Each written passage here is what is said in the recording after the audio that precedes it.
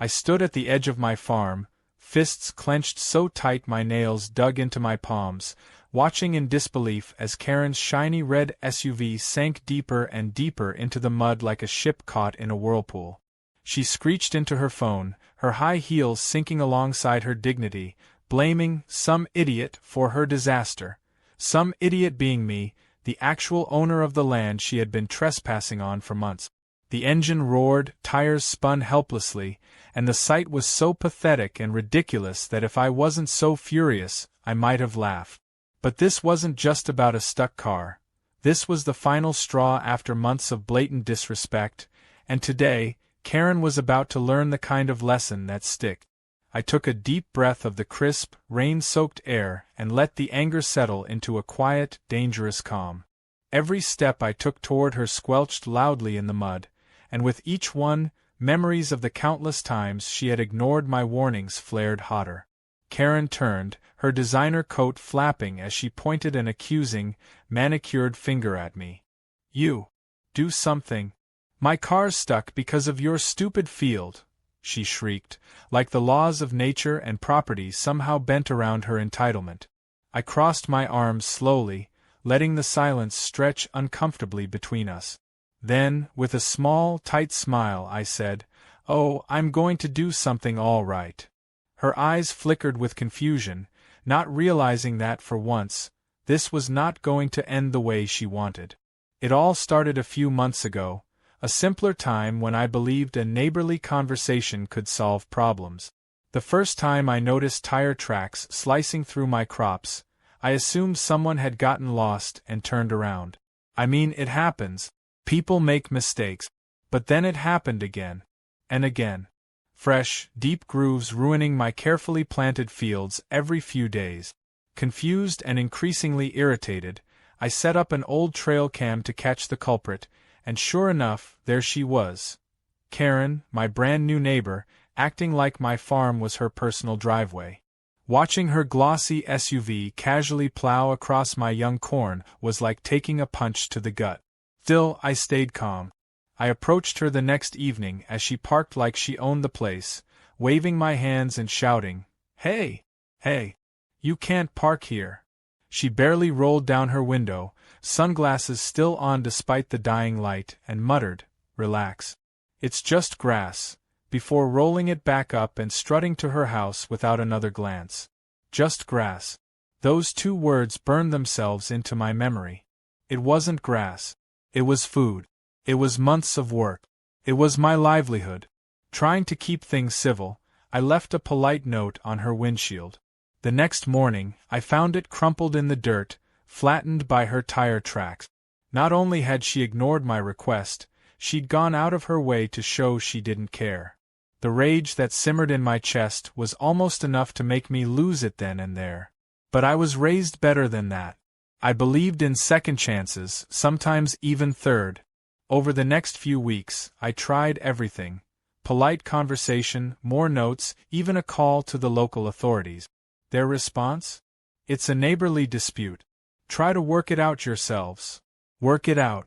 With Karen. That was like trying to teach a brick wall to sing opera.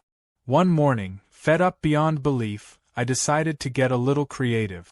I found the foulest-smelling batch of manure I could locate and spread it thickly over the area she liked to park in. It was so potent that it made my eyes water even from a distance. When Karen's SUV rolled up, the windows shot down halfway, and she gagged, practically diving back into her car while screaming, "What is that smell?" Leaning against the fence, I simply smiled and said, "Fertilizer."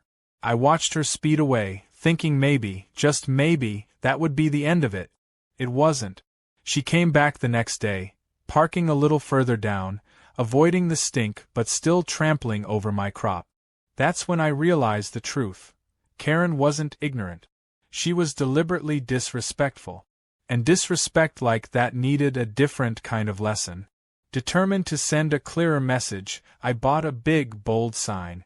"Private property, NO parking, trespassers will be prosecuted." I hammered it into the ground right near her usual spot. The next morning, the sign was on its side, crushed, tire tracks slicing across it as though mocking me. That was it. No more warnings. No more signs. No more manure. I started preparing, silently, methodically, waiting for the right moment. And when the weatherman called for heavy rain that Friday night, I smiled wider than I had in weeks. Nature would finally be on my side. Sure enough, the rain came, soaking the fields, turning the ground into a treacherous, squelching trap that even a heavy-duty four-wheel drive would struggle with. But Karen, in her infinite wisdom, didn't hesitate the next morning. She rolled her SUV right onto the soggy field like she was starring in her own personal soap opera titled Entitlement Gone Wrong. Now here we were, her car halfway swallowed by the earth, her designer boots caked in mud, her voice rising several octaves as she demanded I fix this immediately. I stared at her for a long moment, then without a word, turned and gave a sharp whistle. The sound echoed across the open land, a sound Karen didn't recognize, but one that made her freeze nonetheless. From the barn, the rumble of my old John Deere tractor roared to life, a mechanical beast awakening. Her eyes widened, a flicker of genuine fear breaking through her usual mask of arrogance. I climbed into the cab of the tractor, my boots muddy but my heart light, and revved the engine loudly. Karen stumbled back a few steps, arms flailing as she shouted, "What are you doing? Stop! You can't!" I leaned out the side window, voice carrying over the din. "You shouldn't have parked on my land, Karen," I said simply. Then, slowly, deliberately, I lowered the massive steel claw toward her sinking SUV. Karen's scream cut through the cold morning air, raw and desperate. But this time, there would be no more talking, no more warnings. This was just the beginning, and Karen had no idea how much worse it was going to get. The tractor's engine roared as I sat comfortably in the cab, one hand resting lightly on the controls while Karen flailed her arms like a wild bird trying to take flight. Her red SUV was now so deep in the mud that only the very tops of the wheels were visible, and yet she still thought she could bark demands at me like I was some kind of farmhand waiting for her orders. I watched her with a calm expression, letting her panic boil over while I savored every second. This wasn't just karma. This was justice seasoned with a good helping of irony, and it tasted better than any victory I had ever had before. Karen stumbled closer, nearly losing her balance in the slippery muck, and screamed up at me. "You better fix this, or I'm calling the police," she shrieked. I raised an eyebrow, resisting the urge to laugh. Let her call. Let her explain how she had been parking on my private farm against my will for months. Let her tell them how her blatant disregard for property lines had finally landed her in a situation she couldn't yell her way out of. Instead of answering her, I shifted the tractor into gear and drove a slow, lazy circle around her car, the heavy tires churning up even more mud as I went. Karen's face twisted in a mixture of outrage and horror as I stopped a few feet in front of her. I leaned out of the cab and called down to her, my voice carrying easily over the field. "I'll make you a deal, Karen." She narrowed her eyes, suspicious but desperate. "You promise me right here, right now, that you'll never park on my land again, and I'll pull your car out. If not, well," I gestured to the deepening rut where her SUV sat like a stranded whale. "Good luck finding a tow truck willing to drive into this mess today." Her mouth opened and closed as she fought an internal battle. Karen was the type who would rather chew glass than admit she was wrong, let alone apologize. She crossed her arms defiantly. "I don't have to promise anything," she snapped. I smiled coldly and revved the tractor engine, letting the metal claw hover dangerously close to her car's roof. The threat wasn't just implied anymore. It was real. She paled visibly, clutching her phone to her chest as if it could shield her from the consequences she had created. "Fine," she spat finally. "Just get it out." I shook my head slowly. "Not good enough. I want to hear you say it. Loud and clear." She looked like she might explode from rage, but the mud was still swallowing her precious SUV inch by inch, and reality was closing in fast. Her shoulders slumped. "I promise I won't park here again," she muttered, barely louder than a whisper. I cupped a hand to my ear theatrically. Sorry, Karen, I didn't catch that. Can you say it a little louder? Her fists clenched so hard her knuckles turned white, but she forced the words out, louder this time. I promise I'll never park on your land again. Satisfied, I climbed down from the tractor, moving slowly just to twist the knife a little deeper. I attached a heavy-duty tow chain to the undercarriage of her SUV, taking my time and humming a cheerful tune while Karen glared daggers at me. When everything was secured, I climbed back into the tractor, gave her a mock salute, and started pulling.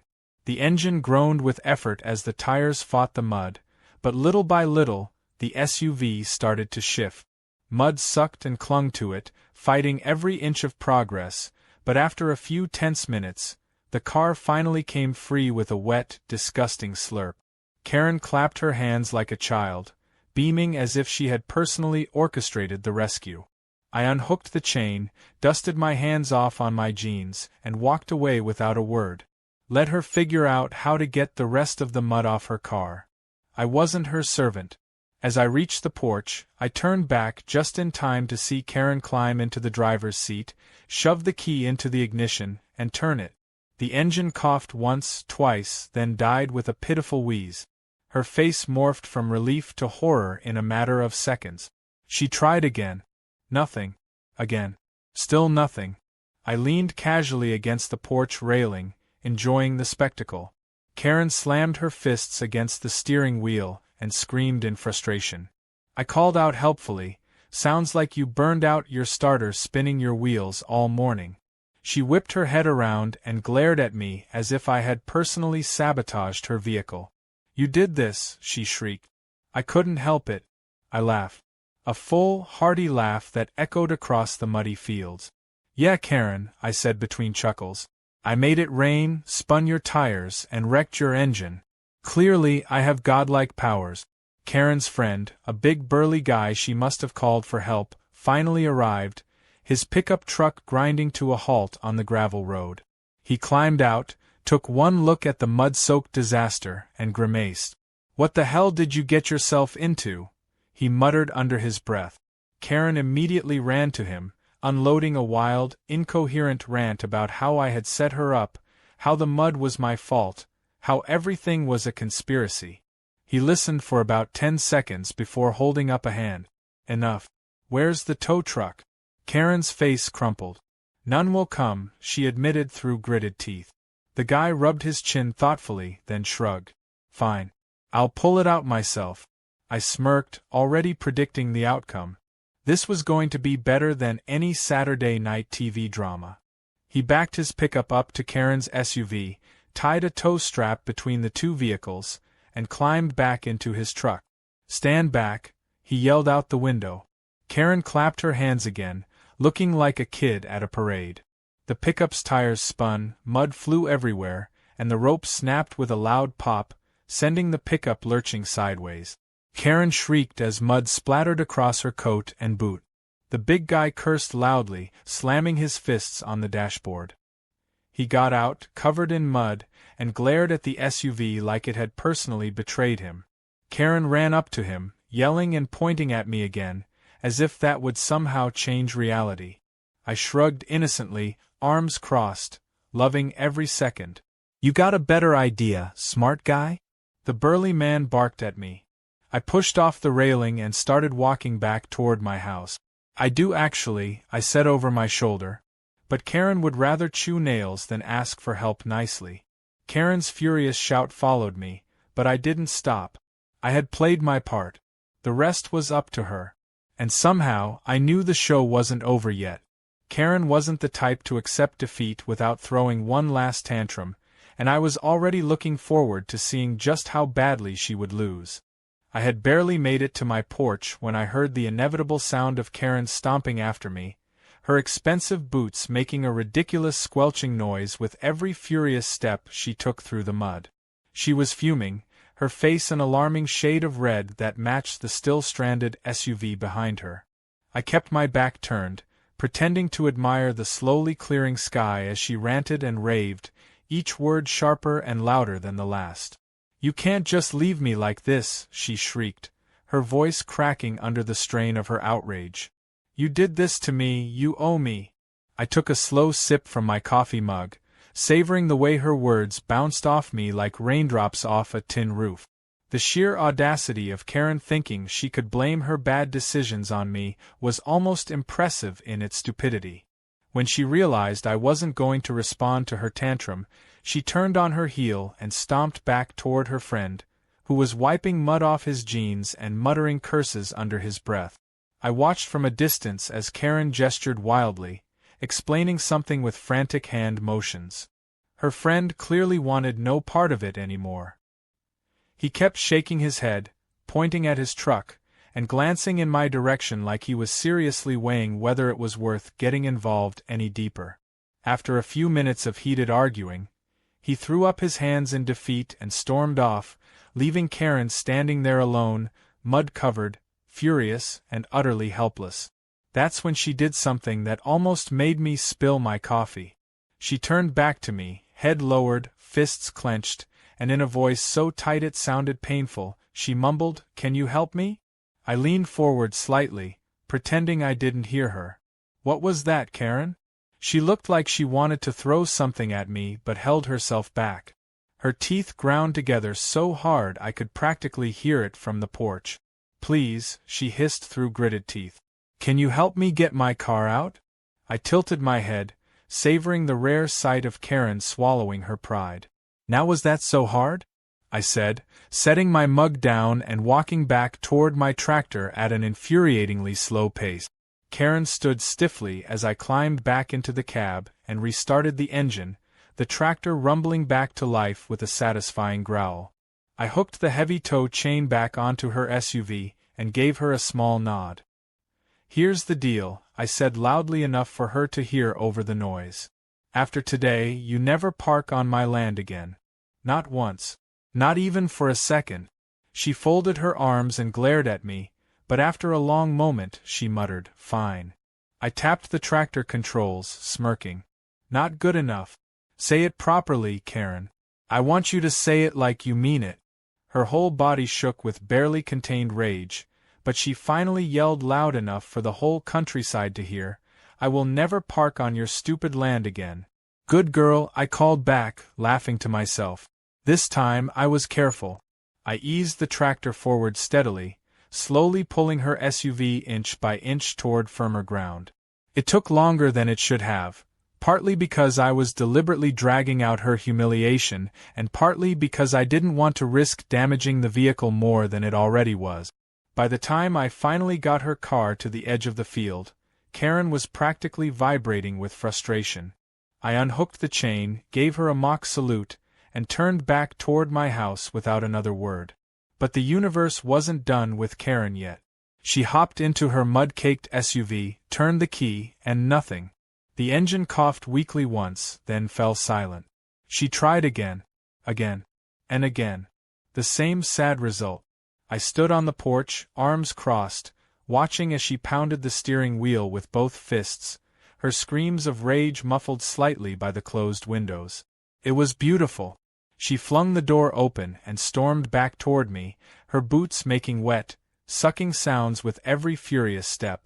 "You broke my car," she shrieked. I grinned widely. "Me?" "Karen," I said, shaking my head, "you did a fine job breaking it all by yourself. All that spinning and flooring the gas? Burned out your starter. Classic rookie move." Her face contorted into a mask of pure rage. She looked like she wanted to say something else, something vile, but she couldn't find the words. Instead, she just stood there, fists clenched, breathing like she had just run a marathon. Her friend, having witnessed the whole sad spectacle from the safety of the road, shouted over, "Hey genius, you might want to call a mechanic. I ain't towing that piece of junk." With that, he climbed into his truck and peeled away, leaving Karen standing in the mud, abandoned by the one person who had come to save her. For a moment I almost felt sorry for her. Almost.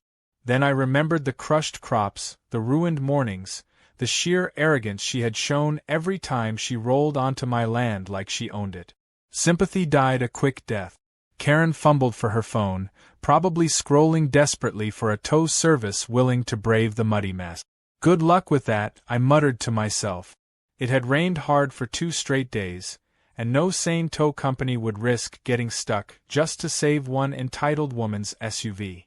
As she paced back and forth, shouting into her phone and getting increasingly agitated, I leaned casually against the porch post, sipping my coffee and enjoying the show. The sky was clear now, the sun shining warmly on the soaked earth, turning everything into a glittering, muddy mess. Birds chirped merrily in the trees. It was a perfect day, at least for me. Karen, on the other hand, looked like she was one step away from completely unraveling. And just when I thought things couldn't get any better, a new idea formed in my mind.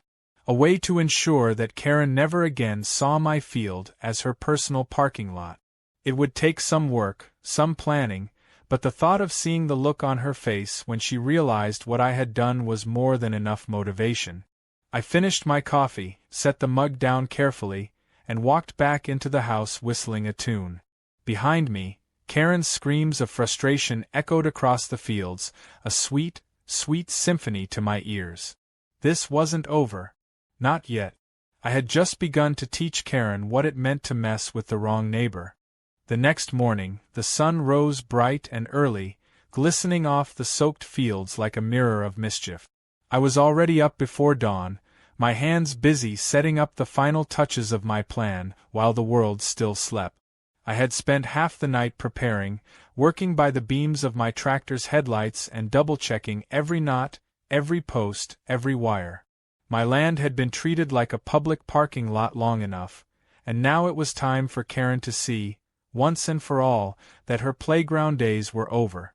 By the time the first rays of sunlight hit the horizon, a brand new fence stood proudly around the entire section of my property she loved to abuse.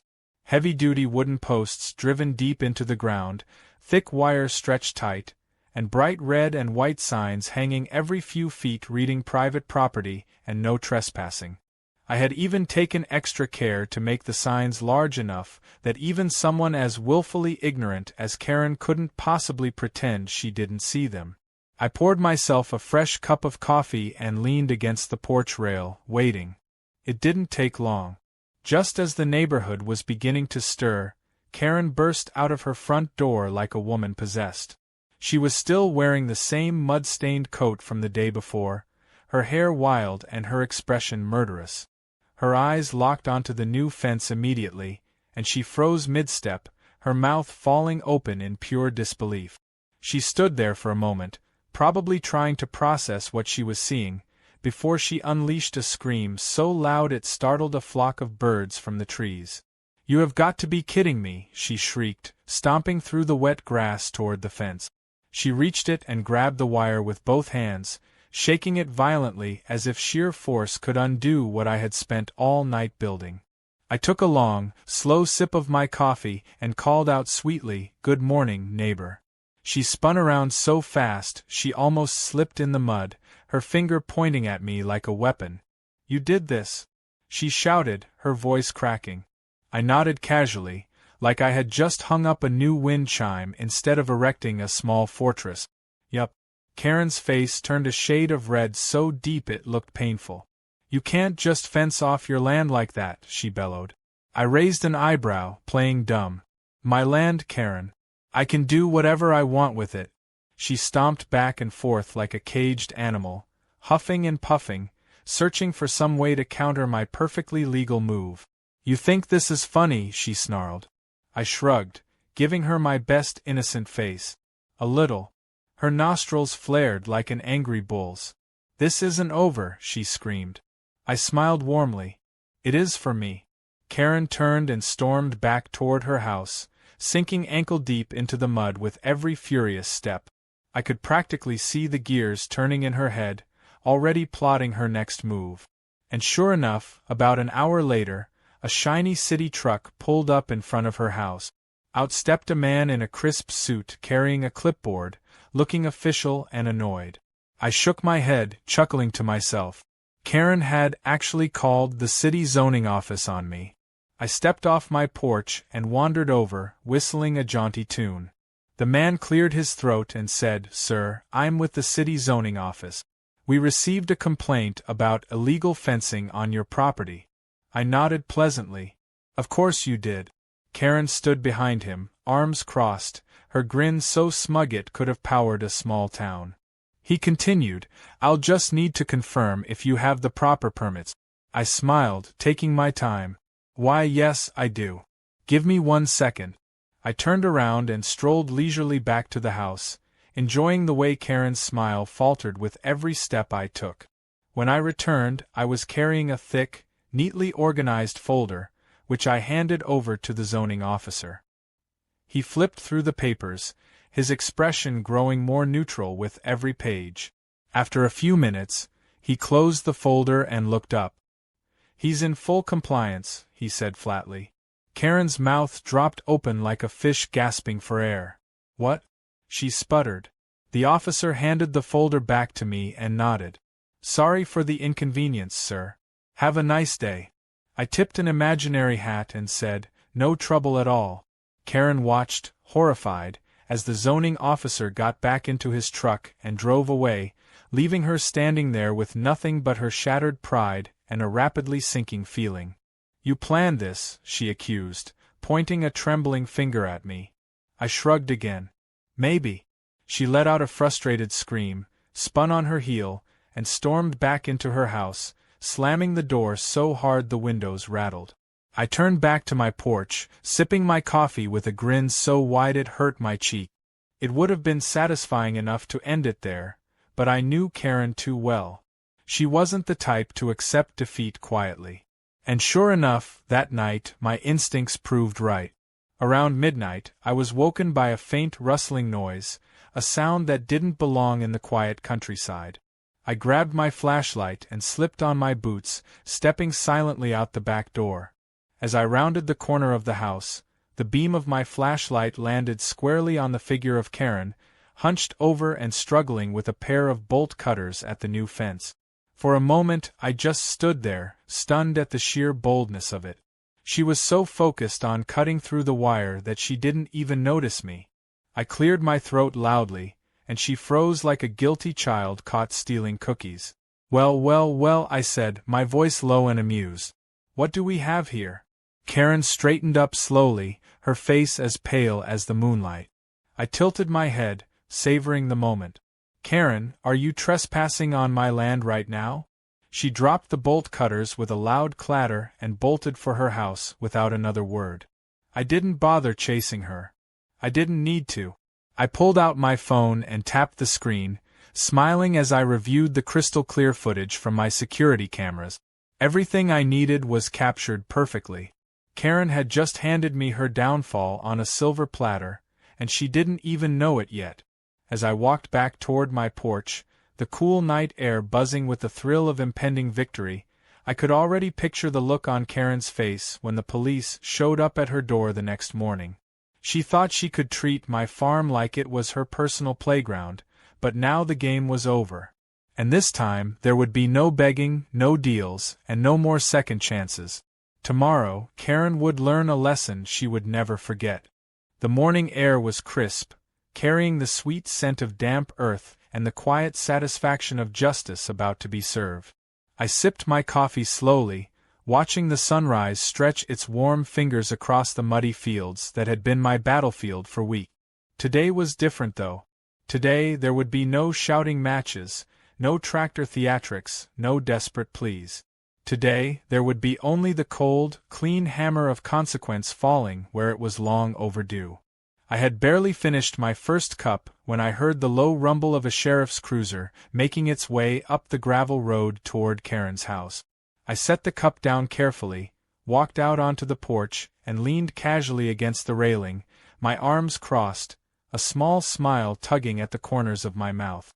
The cruiser came to a stop with a crunch of gravel, and 2 deputies stepped out, adjusting their belts and glancing toward my house before striding purposefully toward Karen's front door. I didn't need to follow them. I already knew exactly what was about to happen.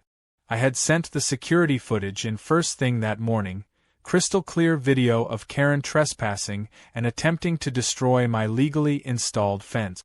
The law was no longer a vague, helpless idea that Karen could ignore. It was here, with badges and paperwork and handcuffs. I could almost feel the tension buzzing in the air as they knocked sharply on her door. For a long moment there was no answer. Then, the door cracked open and Karen peered out, her hair a mess and her eyes wild with confusion and fear. One of the deputies spoke in a clear, no-nonsense voice. "Ma'am, we need to speak with you regarding an incident of trespassing and property damage reported by your neighbor." Karen's face went through a rapid transformation. Confusion, disbelief, rage, and finally panic. "That's a lie," she snapped, stepping fully outside now, arms flailing. "He's setting me up. He's been harassing me for weeks." The second deputy pulled out a tablet and tapped the screen. "We have video evidence, ma'am. You were recorded cutting through his fence last night without permission." Karen's mouth opened and closed like a fish gasping for air. "That's not me," she said weakly. "I mean, it's dark, you can't prove anything." I chuckled quietly from my porch. The footage was high definition, with my floodlights illuminating every desperate, guilty second of her nighttime sabotage. The deputies were unmoved. "Ma'am, you have the right to remain silent," one of them said, pulling out a pair of cuffs. "Anything you say can and will be used against you in a court of law." The sight of those shiny metal handcuffs seemed to snap Karen out of whatever delusion she had been clinging to. She backed up a step, then another, hands raised as if she could somehow push the law away through sheer willpower. "You can't do this," she screamed, her voice rising into a hysterical pitch. "I'm not a criminal. I'm a homeowner." The deputy moved forward calmly, taking her by the wrist and turning her around. "Tell it to the judge, ma'am," he said as he secured the cuffs around her wrists. Karen shrieked again, struggling briefly before realizing it was useless. She was finally, completely, utterly beaten. As they guided her toward the cruiser, she turned her head toward me, her eyes blazing with hatred. "This isn't over," she spat. I smiled, raising my coffee cup in a mock toast. "For you, it is." Karen screamed in frustration, but it was drowned out by the sound of the cruiser door slamming shut. The deputies climbed in, the engine rumbled to life, and just like that, Karen was driven away down the gravel road, leaving a trail of dust and the lingering echoes of her downfall behind her. I watched until the cruiser disappeared from sight, then turned back to my house, feeling lighter than I had in months. The weight of constant battles, the endless tension, the helpless rage, all of it lifted, leaving only the peace and satisfaction of a farm restored to its rightful quiet dignity. I walked around the perimeter of the new fence, checking each post, running my hand along the taut wire. Everything was intact, everything was mine again, untrespassed, untouched, respected. It was more than just property lines and fences. It was the principle that mattered. The understanding that you can't walk all over someone's hard work and expect no consequences. Neighbors came out onto their porches, whispering to each other, some casting glances in my direction, others openly giving small nods of approval. Everyone had known about Karen's antics, but no one had wanted to be the one to stand up to her. It felt good to know I hadn't just fought for myself. I had set a boundary for the entire neighborhood. I spent the rest of the morning working the land, repairing a few spots that had been damaged by her SUV, feeling a deep, grounded satisfaction with every swing of the shovel and every seed pressed into the soil. Around noon, as I was leaning against my tractor wiping sweat from my brow, a black tow truck finally rolled up to Karen's house. A mechanic climbed out, scratched his head at the sight of her mud-caked, broken-down SUV, and after a lot of grunting and swearing, managed to haul the sorry vehicle away. I watched with mild amusement as the tow truck disappeared down the road, taking the last physical reminder of Karen's reign of entitlement with it. The days that followed were blissfully quiet. No more tire tracks cutting through my field. No more late-night shouting matches. No more unauthorized parking lots springing up overnight. Just the sounds of the wind moving through the crops, the birds singing, and the occasional distant bark of a dog. I got more work done in a single week than I had in the past 2 months combined. It felt like the land itself was breathing easier, relieved to be free of the chaos. Karen's house sat dark and empty for a while after that. Rumors flew, as they always do in small towns. Some said she had moved back with relatives out of embarrassment. Others whispered about lawsuits and fines stacking up against her name. I didn't really care what the truth was. Karen was gone, and my farm was mine again, and that was all that mattered. One evening, as the sun dipped low behind the trees, casting a golden glow over everything, I sat on the porch with another cup of coffee in hand, watching the fields sway gently in the breeze. A couple of neighbors strolled by, giving me a friendly wave, and I returned it with a nod. Everything felt right, peaceful, whole again. It wasn't just about winning. It was about standing up when it mattered, about defending what was yours against the relentless, entitled push of those who thought the rules didn't apply to them. I leaned back in my chair, stretched my legs out, and let the deep, satisfying silence settle around me. Some people, I thought with a quiet chuckle, have to learn the hard way. And Karen? Well, she learned harder than most.